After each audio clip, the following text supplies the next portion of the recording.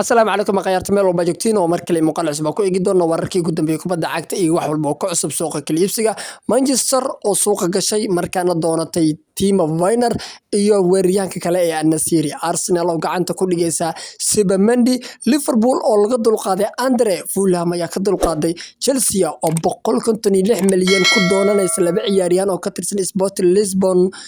Paris Saint-Germain oo dhameystirtay Lucas Barlada wiilka reer Brazil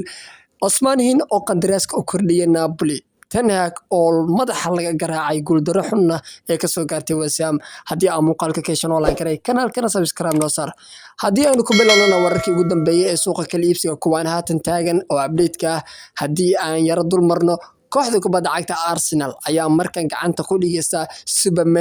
Martin Subamendi oo ay muddo ku rajoogeen ugu dambeyn xirta uu homeeyay macallin Mikel Arteta ayaa helaya adeega xidiga khadka dhexe ee kooxda Real Sociedad iyo xulka Spain Martin Subamendi laacibkan ayana Arsenal haatan dalabkii koowaad ka gudbinayaan iyaga oo markan diyaar u ah wax walba inay ku qanciyaan xidigan si uu ugu soo biiro Emirates laacibkan ruuxiisa ayaa raba inuu ka dhaqaaqo garoonka Sociedad ee ku ciyaarto wuxuuna rabaa inuu ku biiro Gunners-ka awal hore Barca ayaa haysay laakiinse markaan wuxuu rabaa inuu Arsenal ku biiro Subamendi markaan Arsenal January markay furantaba suuqa furma maalmaha ka dhiman waxay gacanta ku dhigayaan wiilkii ay muddada dheer ay raadinayeen Martin Subamendi oo qadka dhexe Arsenal ayaa markaa wuxuu noqonayaa qad dhexe cajiiba oo fantastiga oo wax aan laga qaban karin Gunners-ka waa isfubeynayaan oo qadka dhexe ay iska dhisayaanba dhinaca kale kooxda kubadda cagta Chelsea iyaduna suuqa ay ku jiraan ciyaartoy dhowr ay raadinayaan Chelsea ayaa Sporting Lisbon ka rabta laba ciyaaryahan ay ka rabaan midna waa difaac midna waa weeraryahan difaaca lagu magacaabo Ousmane Diamonde ninkan Chelsea wada xaajoodi hoos ay la bilaabeen ninkanna Sporting Lisbon ay ka soo qaadanayaan sidoo kale Victor weeraryahanka la yiraahdo Sporting Lisbon xil ciyaareedkan ugu shidan Arsenal rabto kooxa kala rabeen ninkaas waa la socdaa Chelsea diyaar u tahay ninkan 100 milyan inay ka bixiyaan laacibka lagu magacaabo Victor dhinaca kale tana konta ka soo haray ama 60 milyan waxay ka bixinayaan daafac la yiraahdo Diamonde marka kooxda kubadda cagta Chelsea labadaas ciyaaryahan ay ka doonayaan kooxda kubadda cagta ee la yiraahdo Sporting Lisbon macalinka Chelsea Pochettino ayaa arrimaha ka hadlay wuxuu yiri anagu waan raadinaynaa ciyaaryahan waliba waxaan ka raadinaynaa Portugiiska kooxda Sporting Lisbon warka maba la qarinba caadi ayuu banaanka u yaalaa marka Chelsea waxay diyaar u tahay 156 milyan inay farta ka saarto kooxda Sporting Lisbon kana soo qaadato Ousmane Diamonde iyo weeraryahankooda Victor dhanka kale kooxda kubadda cagta Liverpool wiilka ay hor u sii carbunteen marka uu ku kala fireeyay uu diiday oo wuxuu yiri waxaas adika la dhahaa Liverpool qalbi jab ay kala kulmeen Andre laacibka kooxda Villarreal haatanna ku soo biiraya horyaalka Premier League maalmaha soo socdana u soo duulaya cariga dalka Ingiriiska laacibkan Andre ayaa heshiis la gaaray kooxda kubadda cagta Fulham ayuu heshiis la gaaray Liverpool wuu deeriyay wuxuu yiri maya idima soo socdo marka Jordan Klopp markaan wuxuu awood isku geey doonaa Barella si uu ku heli lahaa ciyaaryahanka la yiraahdo Barella marka Andre way ku fashilmeen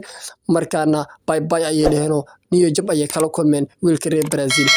dhinaca kale kooxda kubadda cagta ee Manchester United ayaa markan suuqa si degdeg ah u gashay iyaga oo doontay weeraryahanno lambar 9 ay rabaan Haaland oo kaliya ayaa lambar 9 u hayaan Manchester xil ciyaareedkan weerarkooda shaqo fiican ma qaban goolal ma dhaliyaan waa tacbaano markan waxay doontay wiilka madaxa looga caagan yahay Al-Nassr oo kooxda Sevilla xil ciyaareedkan 9 gool siiyay iyo waxay doonteen weeraryahankii hore ee kooxda kubadda cagta Chelsea ninkii la yiraahdo Timo Werner marka Al-Nassr iyo Werner way rabaan lagu daro Kubo marka Manchester suuqeedu kuwa ayaa ugu cadcad laacibka la yiraahdo Al-Nassr wuxuu diyaar u yahay inuu iskaga tago Sevilla oo ku biiro kooxdii dalab ka soo gudbisa laacibkan kooxda Manchester United ayaa hadda diiwaanka ku darsatay waxayna rabaan inay soo qaataan Milan ayaa dagaalka sidoo kale ku jirta dhinaca kale Manchester waxay rabaan laacibka la yiraahdo Timo Werner oo ay ka soo qaadayaan RB Leipzig laacibkan Timo Werner wuxuu haatan ku sugan yahay Leipzig Madrid way rabtay laakiinse Mauro Icardi markay heleen ayay dhiiskiisa ka baxeenoo dhinaca iska weeciyeen dhinaca kale isla umuuraha Manchester waxa qayb ka ah Manchester ayaa 230,000 isbuucii u soo bandhigtay weeraryahanka kooxda Sociedad ninkii hore ugu soo ciyaaray Real Madrid Kubo Master Gabo ayay rabaan Manchester inay keenaan waxayna rabaan garabka Anthony inay saaraan laacibkan ayaa laacib boosas kala duwan ciyaari kara waa lambarka 10aad iyo garabkaas Anthony u ciyaaro ayuu laacibkan ku wacayaan marka Manchester United Anthony bedelkan waxay u bedelanayaan Nicolas Kubo Hoyland booskiisa laba weeraryahan oo kala Timo Werner iyo laacib kale yiraahdo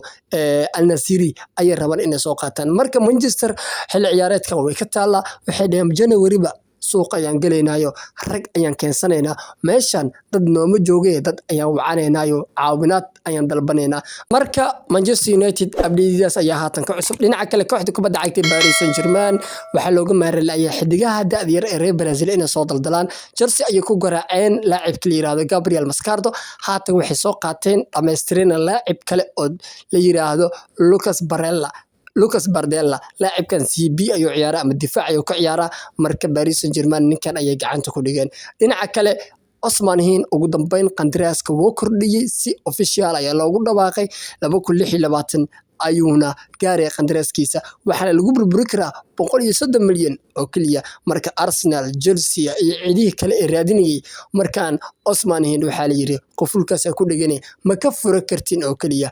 markaan waxaan eegaynaa kulankii la ciyaaray Manchester United oo madaxa looga istaagay markay boqdeen London Stadium kooxda West Ham ayay marti u noqdeen xirta uu hogaamiyo macalin Erik ten Hag waana lagu raaxaystay 6 daqiiqo kaliya ayaana lagu soo gabagabeeyay madaxiisa waxa laga dhex arkayay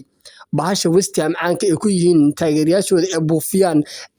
xumbada ayaa dhakada ka saarneed oo odaygu waxa la yiri 2 gool la qaado dhakadaadana buufinkaas ayaa ku tutuuranayna marka Manchester ayaa intaan waa tacbaan xil ciyaareedkana goolasha ay dhaliyeen iyo kuwa laga dhaliyaa badan Mainz ayaa ku maqan xirta uu hogaamiyo Ten Hag sidaan si ma ahan Manchester haata suuq ay galeen ciyaartoy ay doonteen laakiin Manchester tan ma ahan Manchester ciyaari karta xataa war Manchester tan wax lagu tilmaamo adigu ma balahanba nimanku kulanka Liverpool way fiicnaayeen West Ham ayay ku feen marka nimanku caadi maahan Rashford iyo Hoyland iyo rag kale waxba ma bahayaanba horta ninka Hoyland la yiraahdo lama eedi karo Hoyland waa nin dhaliyo ku taabasho iyo madax Manchesterna dib wax keena ma lahanba hal ninka la yiraahdo ninkan lambarka labaad ciyaara ay Dalot adib karo kaliya asiguna kulanka uu ka maqnaay marka Manchester United waa la garaacay 2 gool iyo waxba ayaa looga taqalusay hadii muuqaalkeeshan wala garay kana subscribe noo saar goodbye